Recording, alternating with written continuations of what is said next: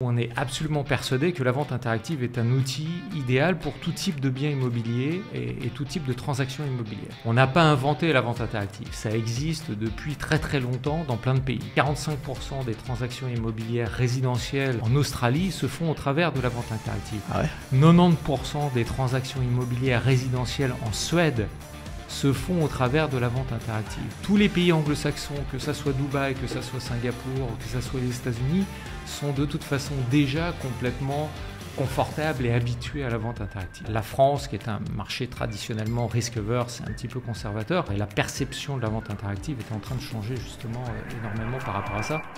Hey, c'est Edouard, bienvenue dans l'After, le podcast dédié à l'immobilier et au monde du business en Suisse romande. L'objectif de ce podcast, c'est de vous permettre de continuellement apprendre même après votre journée de travail. Si vous appréciez le contenu, je vous demande une seule faveur, laissez-nous un avis 5 étoiles sur la plateforme que vous utilisez. Allez, bon épisode. Bienvenue dans ce nouvel épisode. J'ai la chance aujourd'hui d'accueillir Rodolphe et Bertrand, cofondateurs de Prime Auctions, société qui, on le verra, PropTech, qui propose de la vente interactive un peu précurseur dans le milieu en Suisse, sous forme d'enchères.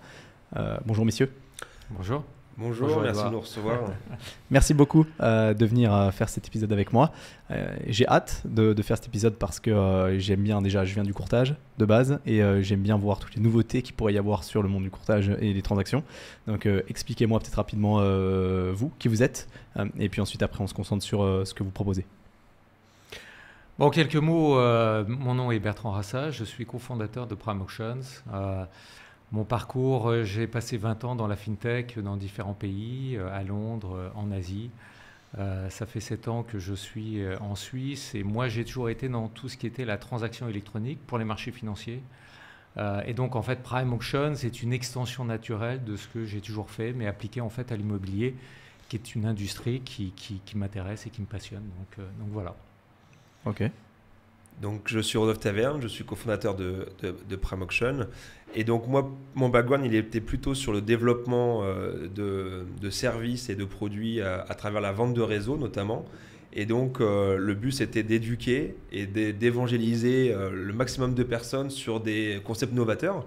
Et j'ai réussi à pouvoir, sur la France et après en Europe, à pouvoir développer des services à travers des équipes et pouvoir donner un peu d'impulsion à ces entreprises. Et donc, j'ai voulu mettre au service cette compétence-là dans un domaine qui me passionne, l'immobilier, et aussi être précurseur d'une tendance qui est forte actuellement et de pouvoir l'apporter notamment sur le marché suisse. On s'est rencontrés dans le domaine du sport, on était au fitness et puis il m'a pitché cette idée et puis je m'y suis retrouvé et je me suis dit qu'effectivement il y avait une demande et qu'il fallait l'adresser. Ok, magnifique. C'est quoi ce concept, c'est quoi cette idée alors? C'est quoi Prime Auctions? Prime Auctions, en quelques mots, c'est de la vente interactive sous forme d'enchères, donc pour des biens immobiliers. L'idée en fait c'est d'essayer de digitaliser la transaction. Concrètement comment ça se passe, donc c'est comme une enchère en fait, le format est très similaire à celui d'une enchère. Pourquoi on appelle ça une vente interactive plutôt qu'une enchère? C'est qu'en fait à la différence d'une enchère il n'y a pas l'obligation de vendre en fait à l'issue de la vente interactive, ce sont simplement des intentions d'achat. Et la vente interactive permet de faire deux choses, c'est de déterminer quel sera l'acheteur et en fait à quel prix. Et après, à l'issue de ce processus-là, le vendeur décide quelle offre en fait il prend et quel vendeur qui a gagné en fait la vente interactive. Et là, ça suit son processus traditionnel de vente immobilière. Ok. Pourquoi est-ce qu'on est convaincu du levier de la vente interactive dans l'immobilier, mais pas que, et de manière on ne l'a pas inventé? C'est qu'à notre sens, de toute façon, le meilleur prix d'un asset, que ce soit l'immobilier, mais pas que, ça existe dans l'art, dans les voitures de collection, dans les montres, etc. C'est que la meilleure valeur d'un asset, c'est le prix que le marché est prêt à lui donner. Et que le prix, il est dans l'instant T. C'est-à-dire qu'une estimation d'il y a 5 mois ou il y a 3 semaines, elle est déjà plus alignée au marché actuel tellement ça évolue vite avec des contextes politiques, de taux hypothécaires, etc. Et que ce qu'on pense que ça vaudra dans quelques mois ou dans quelques années, c'est également du fictif. Donc le vrai prix de quelque chose, c'est le prix que le marché est prêt à lui donner maintenant et tout de suite. Et la vente interactive permet cela. Donc, Comment ça fonctionne concrètement alors la structure de la vente interactive? Donc, on parlait tout à l'heure que c'était applicable dans les montres, l'art, etc. Petite anecdote, c'est que notre chargé de technologie, Jorge, il est le précurseur de la technologie d'enchères pour les montres. Il travaille pour une grosse boîte de la place en Suisse qui fait des enchères de montres. Et donc, il nous a aidé à développer et à permettre d'appliquer cette technologie d'enchères digitale dans le monde de l'immobilier. Donc, pour ça, on a une plateforme. Et cette plateforme, elle est au service de la transaction après une phase de marketing qui aura duré quelques semaines, des fois quelques mois, ça dépend un petit peu de la liquidité de l'asset. Et donc, on va pouvoir, sur une période préétablie, de quelques heures ou de quelques jours, selon encore une fois la liquidité, de pouvoir récolter des offres en toute transparence dans une salle d'enchères digitale. Et donc, ça rétablit à la fois la transparence de la transaction, puisqu'on sait qu'effectivement, il y a une meilleure offre, qu'il y a différentes personnes sur le dossier. Ça va donner également de la rapidité, puisqu'il y a une agent immobilière qu'on avait rencontrée un jour qui disait « Dans notre métier, un bien, on peut le vendre en 3 jours, ou en 3 mois, ou en 3 ans. » Et donc, en fait, c'est ça qu'on est dans le flou. Et avec l'enchère, il n'y a plus de surprise, puisque normalement, on va mettre une deadline. Et à partir du moment où cette deadline elle est posée, on sait qu'on aura un résultat. On ne sait pas lequel, mais ça donne un petit peu, en tout cas, de la visibilité à la fois aux propriétaires et aux professionnels. Et donc, phase de marketing, on va d'abord faire du bruit autour de cette potentielle enchère à venir. On va identifier avec les professionnels, puisqu'on est une solution B2B, des propriétés légitimes. On verra un peu plus tard les différents types de propriétés qui peuvent être concernées par les ventes aux enchères.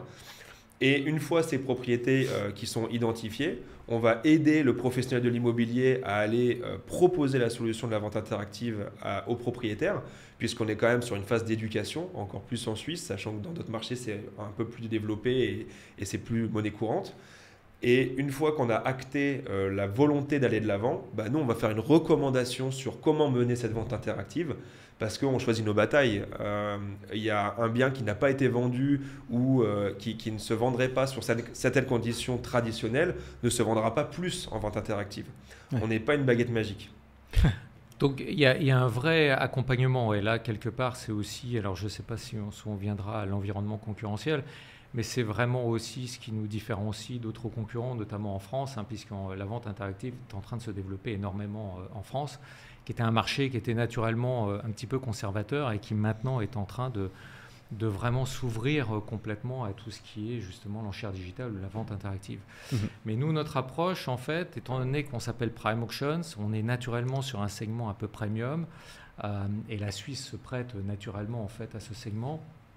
Et donc nous, on a un vrai accompagnement qui se fait avec le courtier. C'est-à-dire qu'on n'est pas là simplement pour donner une technologie et te dire, à ce moment-là, tu te débrouilles avec la technologie et maintenant, tu es complètement autonome.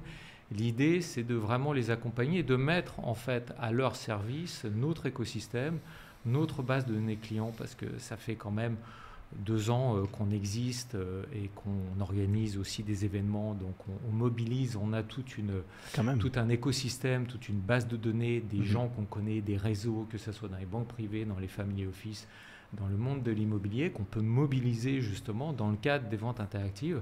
Et donc, ce n'est pas juste de nouveau la technologie, c'est aussi s'assurer qu'on peut nous aussi sourcer des acheteurs au travers de notre réseau, tenir la main en fait sur tout le protocole et tout le processus en fait de la vente interactive, organiser des journées B2B où nous on essaye à ce moment-là de mobiliser aussi tous les confrères de la place et nous on est neutre un petit peu, donc c'est plus facile pour nous de le faire, de s'assurer que justement d'autres courtiers viennent et puissent faire venir leurs clients à la vente interactive que si on était courtier nous-mêmes, parce qu'il y a toujours un peu un conflit d'intérêts et il peut y avoir aussi toujours une suspicion de tu m'amènes des clients et quelque part, je vais un peu voler tes clients.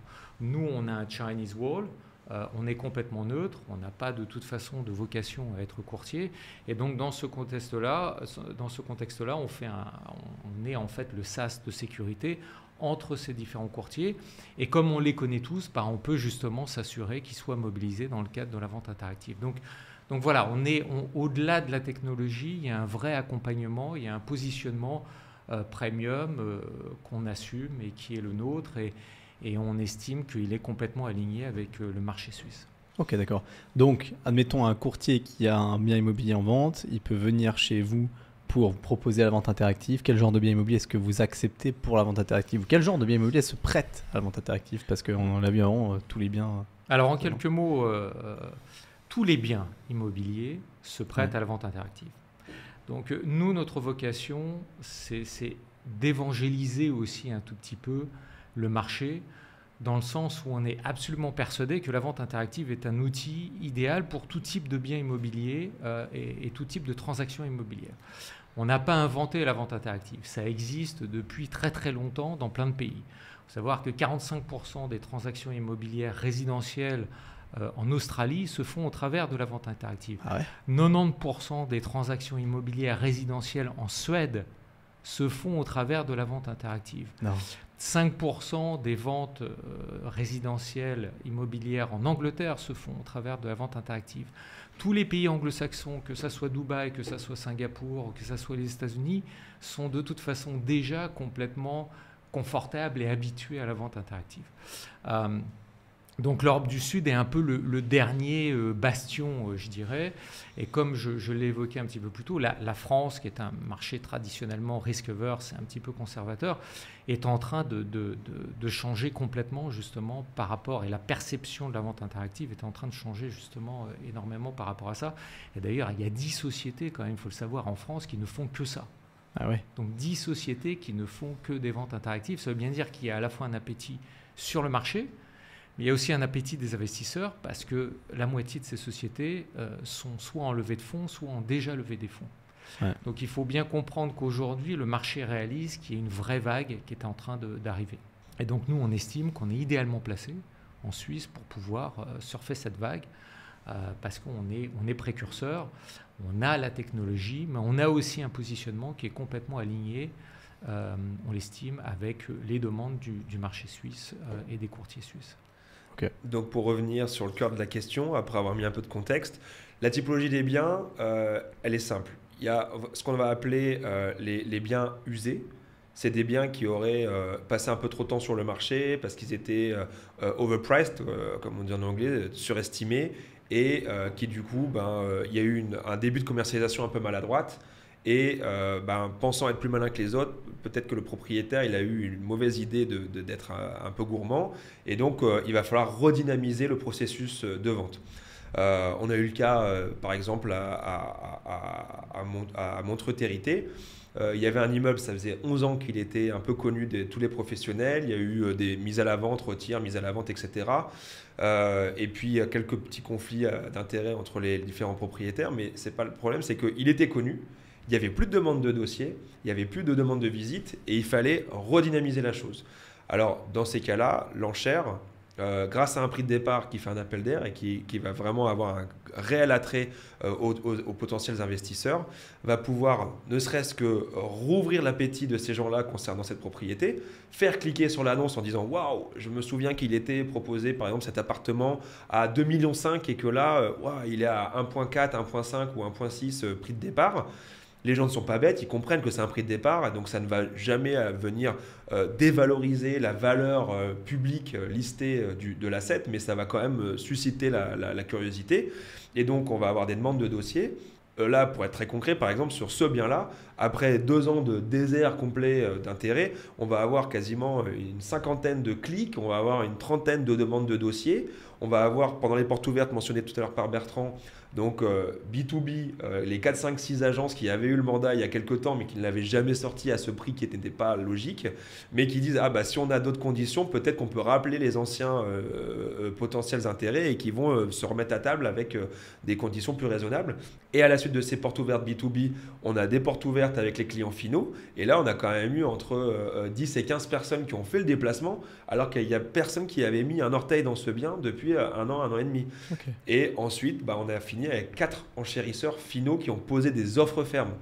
Donc, ça veut dire que le travail est fait. Pour nous, la vente, c'est la victoire ultime, mais la création de liquidité, la revalorisation d'un bien et le fait de pouvoir réaligner à la fois une propriété avec son marché, un propriétaire avec son bien et puis le marché lui-même, et réconcilier aussi un courtier avec un propriétaire qui, franchement, on n'a même plus envie de l'appeler parce qu'au final, les conditions qu'il nous demande, on sait qu'on va travailler quasiment gratuitement et pour rien et qu'on va se fatiguer. Ouais. Et en fait, nous, on est des créateurs de liquidité.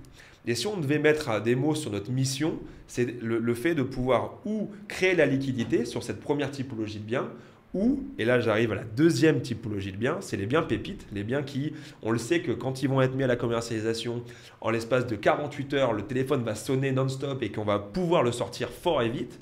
Mais pourquoi le donner au premier venu ? C'est un non-sens. Donc on se dit, on va pouvoir essayer, dans la limite du raisonnable, de rassembler ces acheteurs potentiels, de leur faire une visite porte ouverte. Donc déjà, on est dans la même salle, on voit qu'il y a des intérêts, on se dit qu'à la revente, on n'aura pas de mal à le sortir, etc. Donc ça crée un super mood. Et au-delà de ça, d'atterrir sur la meilleure offre et de pouvoir la proposer aux propriétaires. Qu'est-ce que c'est la meilleure offre ? La meilleure offre, ça peut être le meilleur montant, mais ça peut être aussi une offre avec moins de conditions suspensives. Donc voilà, c'est ce que permet aussi la vente aux enchères, donc de diluer et de redynamiser un bien qui a été un peu usé, ou alors d'aller chercher la meilleure offre pour un bien qui a du succès et qui correspond à 200% aux critères recherchés actuellement sur le marché. Ok, donc aujourd'hui, pour le moment, vous avez confronté quoi comme expérience réelle dans le marché par rapport à ces objets ? C'était plutôt des objets qui justement étaient usés, que vous avez recyclés, redynamisés grâce à la vente interactive ou pas forcément ? Alors oui, c'était aujourd'hui effectivement les ventes interactives qu'on a effectuées, c'était rentrait plutôt dans cette typologie. Okay. C'est clair. Ceci dit, maintenant on rencontre de plus en plus de courtiers parce qu'ils sont de plus en plus intéressés par ce type de format. Et justement récemment, la semaine dernière, on a été confronté à quelqu'un qui voulait utiliser la technologie pour des biens extrêmement liquides. Donc liquides, ça veut dire sur lesquels il y a beaucoup de demandes. Et donc c'est là où on se rend compte que le marché est en train de changer. C'est qu'effectivement les gens pouvaient associer naturellement les ventes interactives avec simplement des biens qui étaient usés ou surestimés. Mais on sent que de toute façon, là aussi, il y a toute une portion du marché qui est en train d'émerger et qui veut utiliser cette technologie pour des biens qui sont liquides. Et donc ça revient à ce que j'ai dit en fait au départ, c'est-à-dire que la vente interactive s'applique à tous les segments et à tout type d'objets. Ouais. Et on est en train d'arriver en fait à... Alors, la Suisse est en train d'arriver, il y a un petit décalage aussi par rapport à ce qu'on peut observer en France, puisqu'on intervient à la frontière entre la Suisse, mais aussi on a des demandes en France, donc il est clair que de toute façon, on ne va pas dire non, donc on leur parle. Et d'ailleurs, on a des ventes interactives qui sont prévues à la rentrée. Mais effectivement, on se rend compte que le marché est en train de mûrir rapidement parce qu'il est passé effectivement de la vente interactive pour des biens finalement marginaux et périphériques à maintenant, effectivement, on va l'utiliser même pour des biens qui sont extrêmement liquides. Et donc on sent bien que là, c'est ce qui nous fait dire qu'on voit qu'il y a une vraie vague qui est en train d'arriver. On n'est pas simplement dans le marginal périphérique, on est en train de rentrer vraiment dans ce qu'on appelle en anglais le mainstream.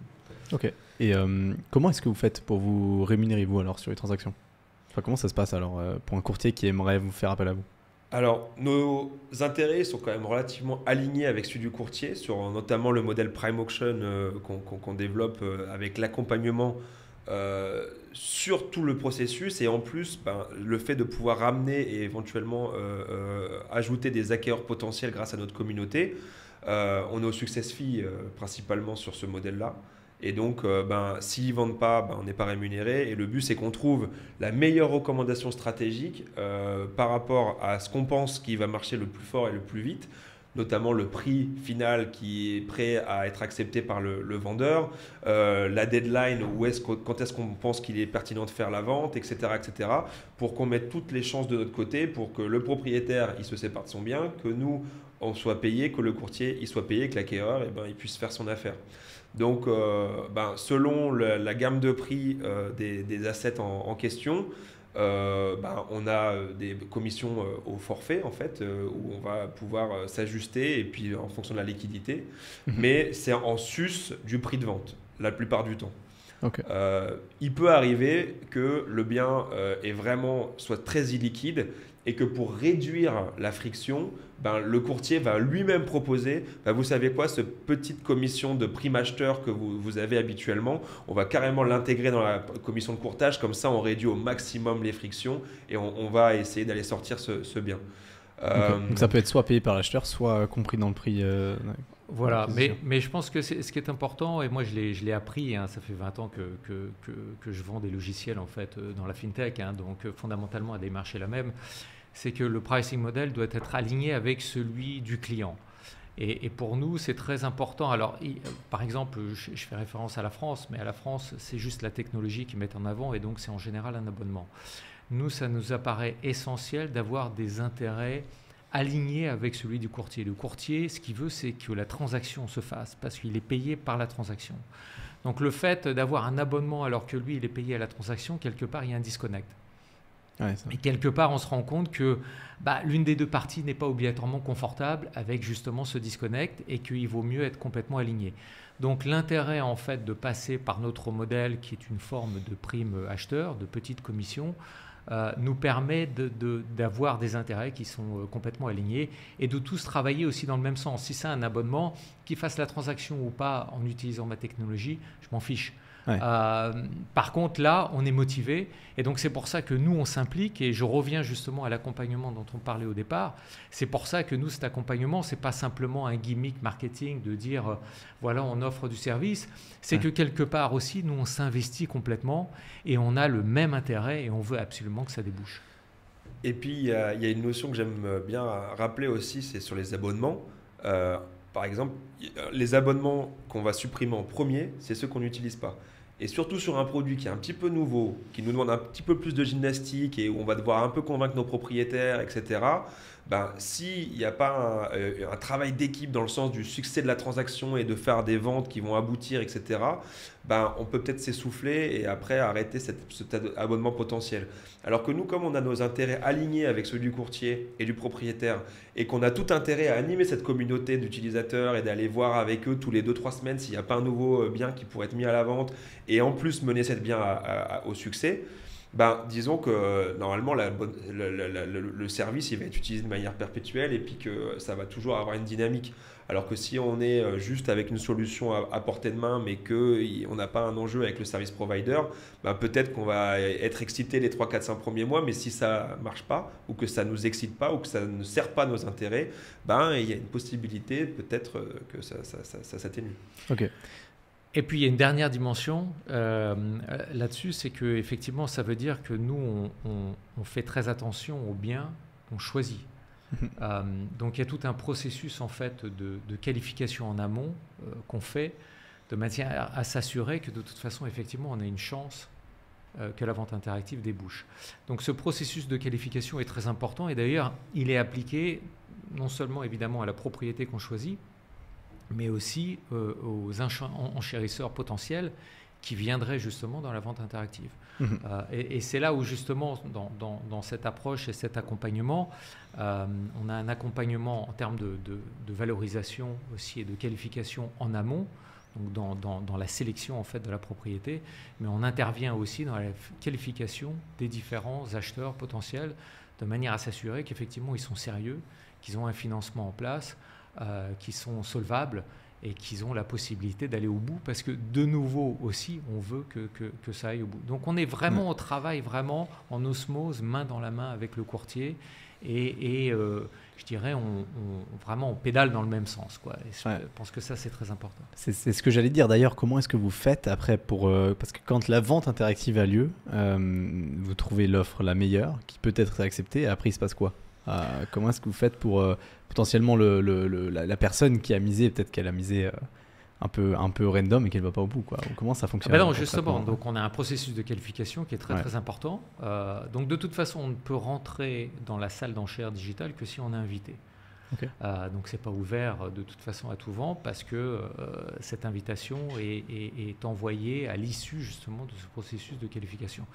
Et donc dans ce processus de qualification, il y a un minimum de due diligence que nous on va faire, en même temps avec le courtier aussi, mais nous qui portera plus sur la solvabilité en fait de cet acheteur. On travaille avec un partenaire financier qui est complètement indépendant et qui justement intervient dans ce processus de qualification en amont pour s'assurer que justement il soit solvable.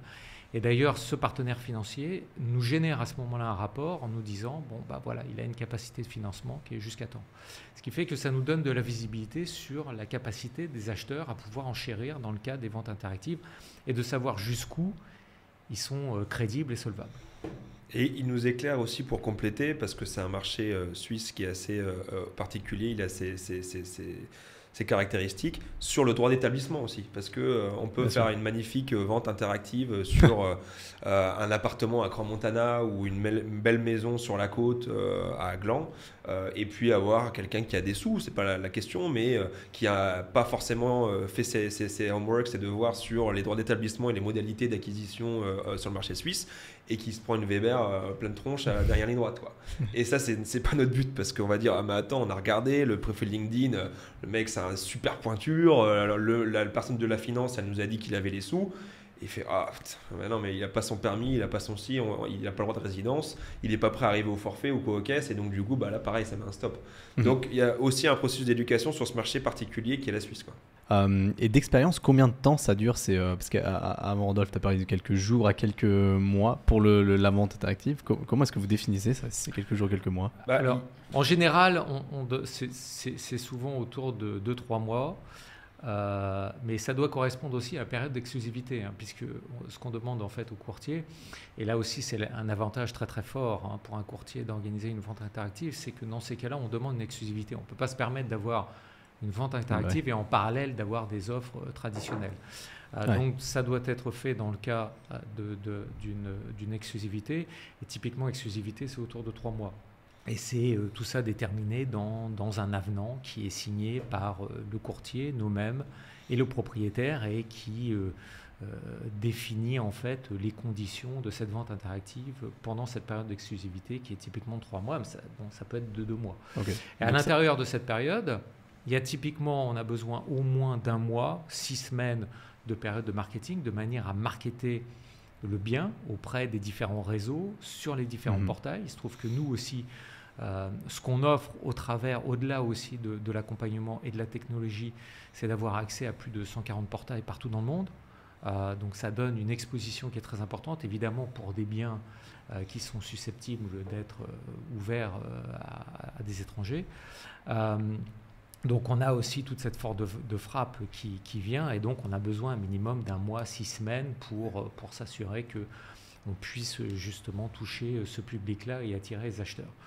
À l'issue de cette période-là, souvent à ce moment-là, il y a une enchère qui est déterminée. Soit on détermine la date de l'enchère au début de la période de l'exclusivité, soit on attend de voir un petit peu les résultats de la campagne marketing pour voir à ce moment-là quand est-ce que ça serait le plus pertinent de nouveau à l'intérieur de ces 3 mois d'organiser la vente interactive. Et la vente interactive, typiquement, va se tenir sur quelques jours. Alors, ça sera un peu plus long s'il y a une dimension internationale. Okay. Si c'est une dimension purement domestique, à ce moment-là, ce sera plus court.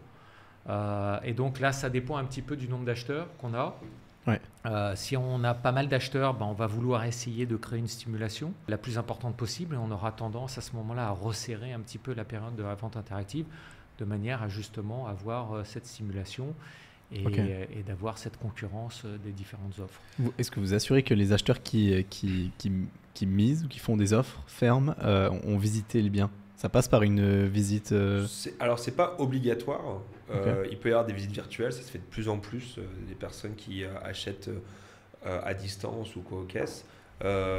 Maintenant, c'est juste qu'on a un agreement avec eux que leur offre, si acceptée, doit être honorée.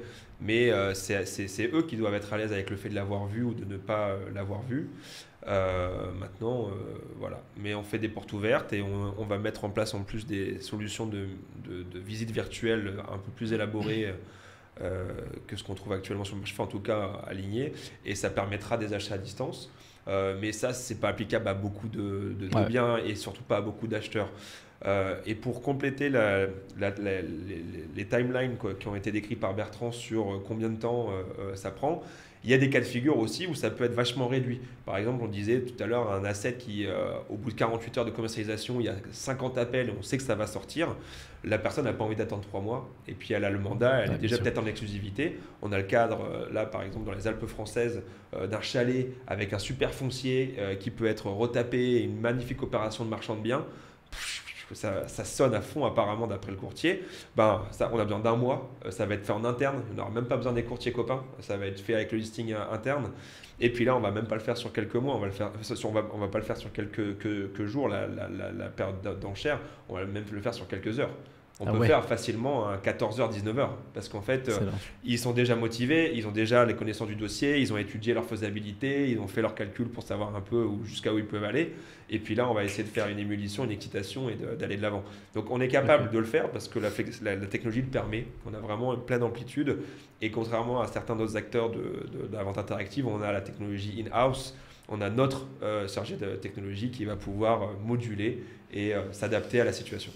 Et ça, c'est important, effectivement. On n'a aucune dépendance extérieure. Donc, on peut vraiment... nous, on travaille beaucoup dans le cas par cas. C'est du tailor-made, en fait. C'est une forme d'artisanat de vente interactive où on travaille la main dans la main avec le courtier, où on demande aussi à pouvoir parler au propriétaire pour l'éduquer sur ce qu'est justement une vente interactive. On va s'assurer que tous les acteurs qui participent soient tous complètement alignés et la même compréhension justement de ce qu'on va faire, du différents protocoles qu'on met en place. Et ce protocole, effectivement, s'adapte par rapport à la différentes typologies des biens. Donc, on est vraiment dans cette approche un petit peu sur mesure et d'accompagnement dont on parlait au départ. Et typiquement, l'opération que vous avez faite là, avec l'immeuble de rendement qui ne s'est pas vendu et qui se vend après à travers la vente interactive, on a vraiment des grosses différences de prix entre l'annonce de base initiale qui était a priori trop élevée, il a fait 11 ans sur le marché, et puis la vente interactive ou pas? Alors, pour resituer, ce n'était pas complètement 11 ans sur le marché, mais en tout cas, il y a eu une finalisation des travaux il y a 11 ans. Ils ne savaient pas trop quoi en faire. Il y en avait des associés qui voulaient habiter leur appart. Il y en avait qui disaient non, maintenant on vend et on passe à une nouvelle opération, etc. C'est pour ça que c'est après 11 ans. Mais on va dire que sur les 3 dernières années, concrètement, ils avaient acté la fait de la vendre et que c'était un peu déconnant sur les attentes et que du coup, il a fallu un peu diluer la chose. Mais oui, il y avait un delta. Bien sûr qu'il y avait un delta. Il y avait un delta du fait qu'il était connu et reconnu cet immeuble et du coup tout le monde savait qu'il avait été un petit peu à la vente ou non et qu'il était dans beaucoup d'agences. Et également il y a eu un contexte hyper anxiogène qui est arrivé, manque de peau pour eux, avec un Covid suivi d'une guerre, suivi d'une hausse des taux, suivi de ci, de ça. Donc l'un dans l'autre, oui, le détail il a été conséquent. Maintenant et là c'est le propriétaire qui donne un prix minimal quand il met en vente aux enchères. Et si on n'atteint pas, enfin en vente interactive, et si on n'atteint pas ce prix, ça... C'est un prix souhaité en fait, c'est une sorte de prix souhaité. C'est un prix de réserve. C'est déterminé de manière collégiale, mais on a le droit de nous l'aiguiller, lui d'accepter ou de refuser, et nous de dire, de toute façon, si vous acceptez pas ça, on va pas de l'avant. Mais donc du coup, c'est vraiment un travail d'équipe. Et c'est pour ça qu'on est impliqué. Donc je reparle justement de ce processus de qualification en amont. C'est pour ça qu'on a besoin, nous, d'être impliqués. On n'a pas envie simplement que le propriétaire nous dise, écoutez, voilà, c'est ce prix-là et pas autre chose. Parce que si nous, on s'investit, si on met du temps, des ressources et de l'effort, c'est parce qu'on veut que justement ça débouche. Donc il faut absolument que ce prix corresponde à un prix de marché. Et c'est là où justement notre partenaire financier indépendant joue aussi un rôle important parce que lui, il fait une valorisation, il fait une évaluation en fait du bien. Et il va nous dire, nous on estime que de toute façon aujourd'hui, il rentre dans ce type de fourchette. Et donc nous, on va intervenir dès le moment où le bien, ou le prix désiré sera dans cette fourchette-là. Sinon, à ce moment-là, on estime que de nouveau, on sera déconnecté du propriétaire et de ce qu'il veut, et donc ça ne débouchera pas. Et quoi qu'il arrive, il y aura une partie en plus qui ne sera pas contente. Donc, accessoirement, il faut que les banques suivent aussi sur le financement. Donc, dans l'évaluation que vous faites, ou votre partenaire financier qui fait son évaluation, je veux dire, il peut aussi faire ses calculs en disant, et la banque, elle ne va jamais dire que ça vaut 2,5 millions, elle va dire que ça vaut 2 millions. Exactement. Donc, si vous attendez à 2,5, de toute façon, les acheteurs vont avoir de la peine à se faire financer. Je veux dire, ça risque de galérer, quoi. Le partenaire, en tout cas sur le canton Genève et Vaud, avec qui on travaille, il utilise les mêmes logiciels avec un peu de supplément d'âme. Donc, le logiciel de Wursten Partner, plus sa connaissance, parce qu'on a de la chance qu'il a plus de 15 ans d'ancienneté dans l'immobilier. Il a travaillé pour des grosses boîtes comme Cardis, etc. Je crois Naef, il est passé également. Donc, en fait, il y a ce supplément d'âme qui nous manquait un petit peu parce que les banques, elles ont des connaissances aussi un peu marché, mais c'est beaucoup de cases cochées en fait sur des barèmes. Mais c'est normal, hein, c'est leur risque, c'est pas leur risque, c'est leur devoir de limiter les risques, pardon. Et donc on peut comprendre qu'il y ait cette démarche, mais du coup voilà, il faut quand même aussi un peu de supplément d'âme. En plus on est dans le premium. Il n'y a pas pire que le premium pour avoir des deltas de différence entre une évaluation bancaire et puis la réalité. Donc voilà, le but c'est de lisser ces disparités et de pouvoir arriver à quelque chose d'assez raisonnable. Alors maintenant, on est dans un contexte qui est un petit peu compliqué aussi pour la valorisation, puisqu'on a changé complètement de paradigme. Je veux dire, les taux d'intérêt ont complètement changé. Et ce qu'on s'est rendu compte, c'est que de toute façon, les évaluations basées sur les logiciels d'évaluation bancaire, par exemple, pouvaient avoir un temps de décalage. Parce qu'il y a des updates aussi qui se font sur les différents logiciels et ça prend du temps. Donc des fois, il peut y avoir un décalage de 3-6 mois. On l'a vu quand le marché a complètement basculé, s'est retourné à cause justement de la hausse des taux d'intérêt. Et donc c'est pour ça que d'avoir quelqu'un qui a une expérience immobilière, c'est très important. On ne peut pas simplement se baser sur une évaluation purement quantitative. Il nous faut aussi être capable d'apprécier en fait le marché, comment il évolue et comment le contexte justement évolue. C'est clair. À partir de quel prix est-ce que vous êtes partant du coup pour faire une vente interactive? Alors, en Suisse, en règle générale, plutôt au-dessus d'1 million. Ok, d'accord. Ouais, quasiment toutes les transactions, quoi. Ouais, quasiment toutes les transactions, oui, tout à fait. Non. Mais on n'intervient pas effectivement sur des biens qui sont... Mais effectivement, oui, ça fait du monde. Disons que notre vision moyen-long terme, c'est de peut-être aussi pouvoir proposer une solution à un moment donné en pure player technologique.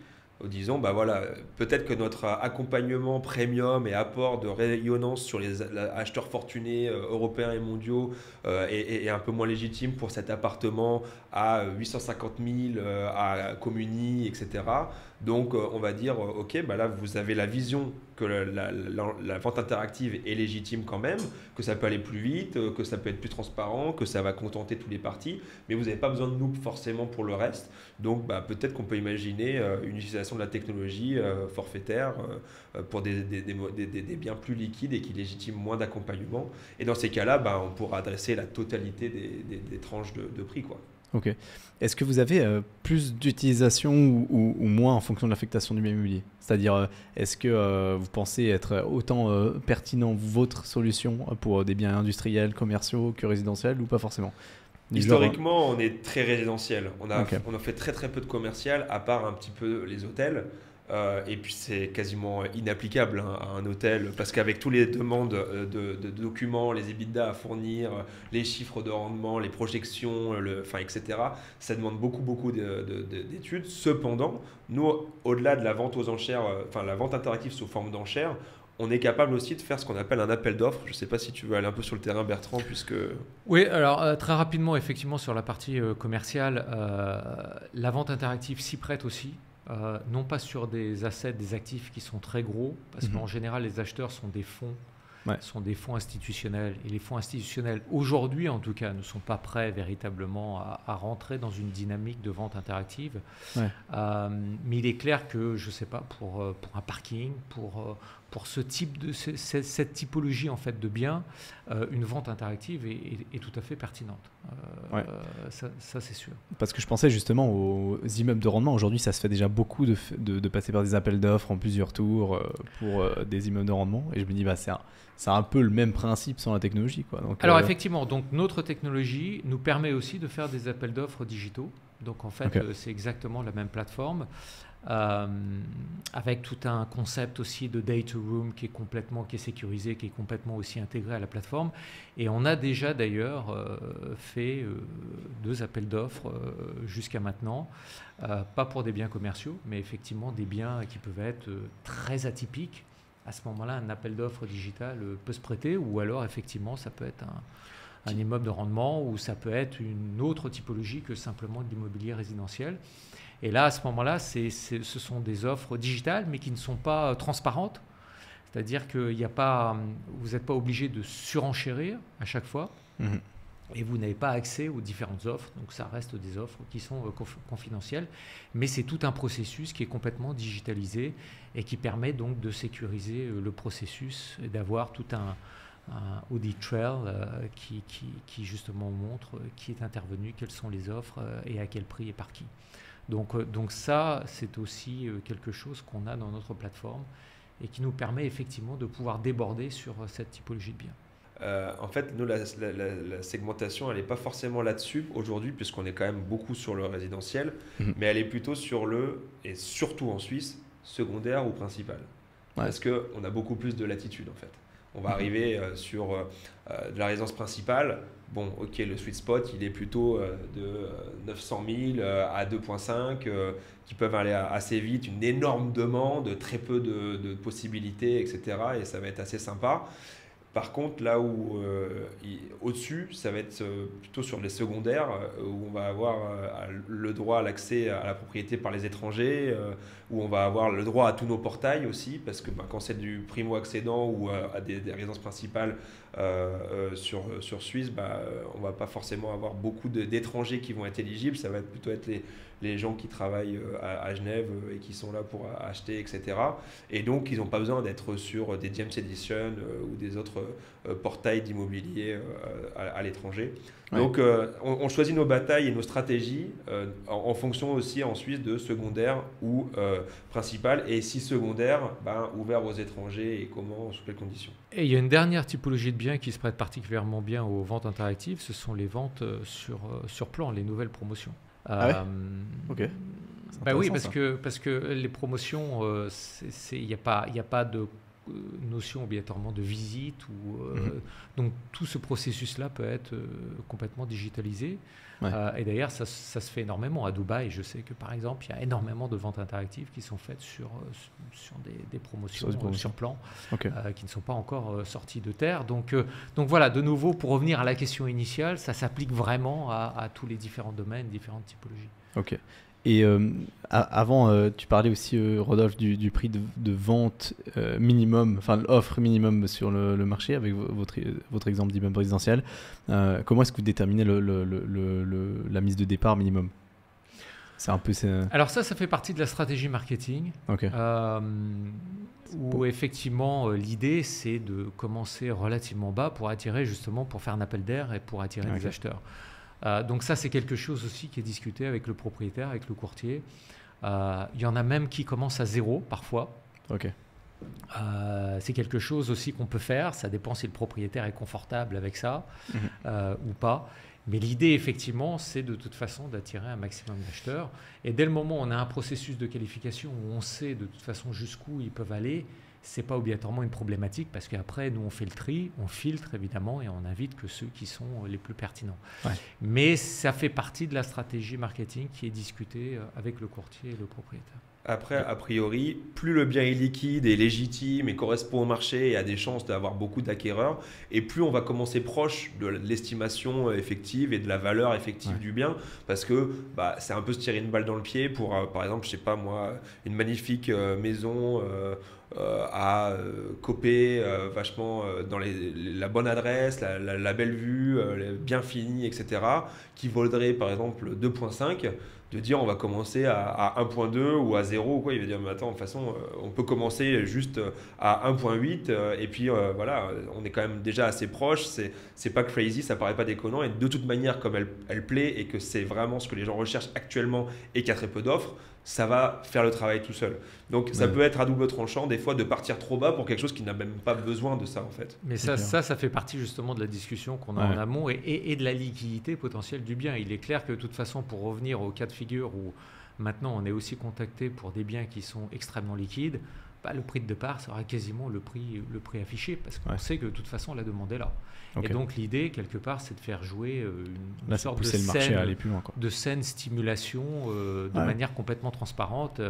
Et l'intérêt pour les acheteurs, c'est que de toute façon ils voient qu'il y a véritablement d'autres acheteurs aussi parce que c'est complètement transparent. Donc tout le monde s'y retrouve. Accessoirement, c'est ce qui se fait déjà, sauf que c'est fait par l'intermédiaire du courtier qui cache un peu les infos, quoi. Donc, exactement. C'est exactement pareil, sauf que c'est transparent. Et donc il peut toujours y avoir un petit peu une idée de manipulation qui rend l'acheteur parfois inconfortable Et frustré.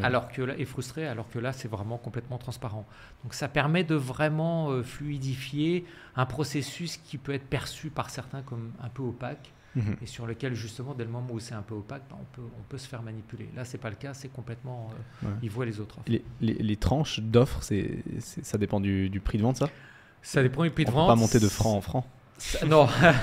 Si on s'ennuie, par exemple, il y a 3 semaines à perdre et qu'on ne sait pas trop quoi faire, on peut mettre 1 franc par 1 franc. Okay. Sinon, c'est un petit peu proportionnel au prix de la propriété en elle-même. Ah, bien sûr, ça fait du sens. Pour revenir sur les process de transparence, il n'y a pas que les acquéreurs, c'est aussi les vendeurs. Il n'y a rien de pire que, par exemple, côté acheteur, on arrive, on fait une offre et il y a le courtier qui vient vous dire « Ah, mais de toute façon, moi j'ai 5 clients qui ont fait meilleure offre, ça ne sert à rien de la mettre, ou alors top-up, etc. pour essayer de faire monter les prix. » Ou pareil pour le proprio. Quand on a surtout multi-agence et qu'on n'a pas un contrat d'exclusivité avec une seule agence, mais qu'on travaille avec plusieurs professionnels, on va mettre son bien à la vente. Il y a une des agences numéro 1 qui va arriver à dire « Oh, j'ai un client qui m'a fait une offre au prix. » On devrait être content, on devrait y aller. Et puis il y a le courtier numéro 2 qui arrive qui fait « Hop, non, je vous en supplie, acceptez pas, je vous assure, la semaine prochaine, j'ai quelqu'un qui arrive avec une meilleure offre. » Donc là, je fais quoi? Je pourrais peut-être me prendre 100 000 ou 200 000 balles dans la poche de plus, mais je ne suis pas sûr. Et comme on dit, il vaut mieux un tien que deux, tu l'auras. Là, il n'y a pas de compromis à faire parce qu'avec la vente interactive, il y a une vraie transparence. Et quand le courtier numéro 2, il arrive et qu'il dit « J'ai une meilleure offre », mets-le à table. Il n'y a pas de souci, fais cliquer. Ouais, c'est clair. Ok, très intéressant. À partir du moment où donc la vente est terminée, le prix est défini, là c'est quoi? Le courtier reprend les rênes et puis le courtier reprend la main et là à ce moment-là c'est le processus traditionnel comme n'importe quelle vente immobilière. Ok, d'accord. Bon, donc ça là-dessus il n'y a pas de nouveau. La vente interactive, ce sont des intentions qu'on récolte et donc ça permet de déterminer l'acheteur et le prix de vente. Voilà. À partir de là, ça suit son cours normal après. Ok, parfait. C'est quoi les objectifs pour la suite alors avec Prime Auctions? On a vu l'appétit, on a vu que de toute manière, c'est pas nous qui avons pensé ou qui sommes fous de dire que c'est l'avenir de l'immobilier. En tout cas, ça va prendre de la place, c'est sûr, puisque dans les autres marchés, les autres pays, c'est déjà le cas.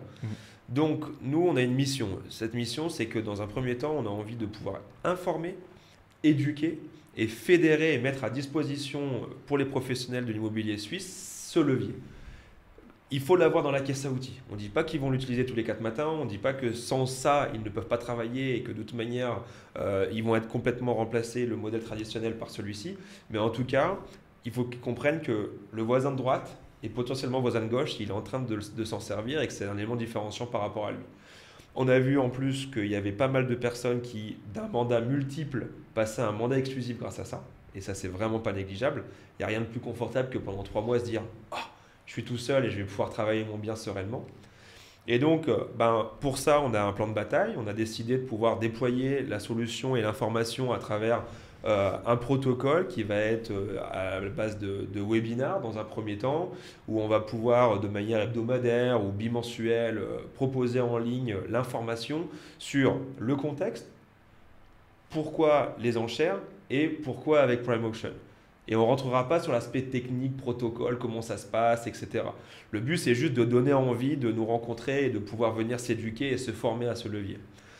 Ensuite, pour les personnes qui ont eu la vision et qui vont dire « Ah là là, j'ai peut-être pas envie de passer à côté de la nouvelle trend et du nouveau levier de ma profession. Et donc, j'aimerais pouvoir être capable de le proposer à mes clients, à la fois en tant que propriétaire, mais à la fois des clients acheteurs. Parce que quand un confrère fait une vente interactive, j'ai envie de savoir comment moi je peux mettre aussi un client à table et faire un co-agence. Donc, c'est dans les deux sens. Et donc là, on pourra faire ou des formations in situ dans des belles salles, comme tu as fait des très belles conférences là récemment à Lausanne.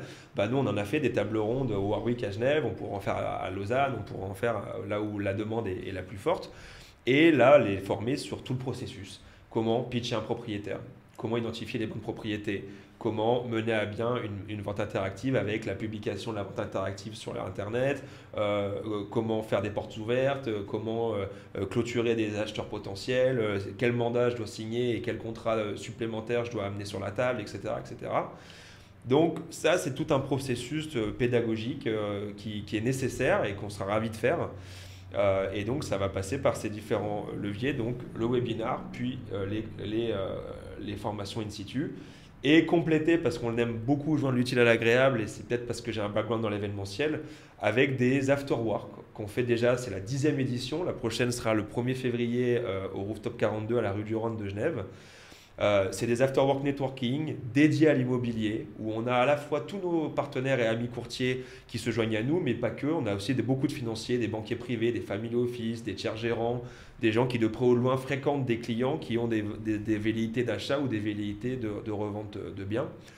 Et là, ça permet de fédérer, d'augmenter notre réputation, de pouvoir avoir des relations de qualité avec chacun de ces intervenants.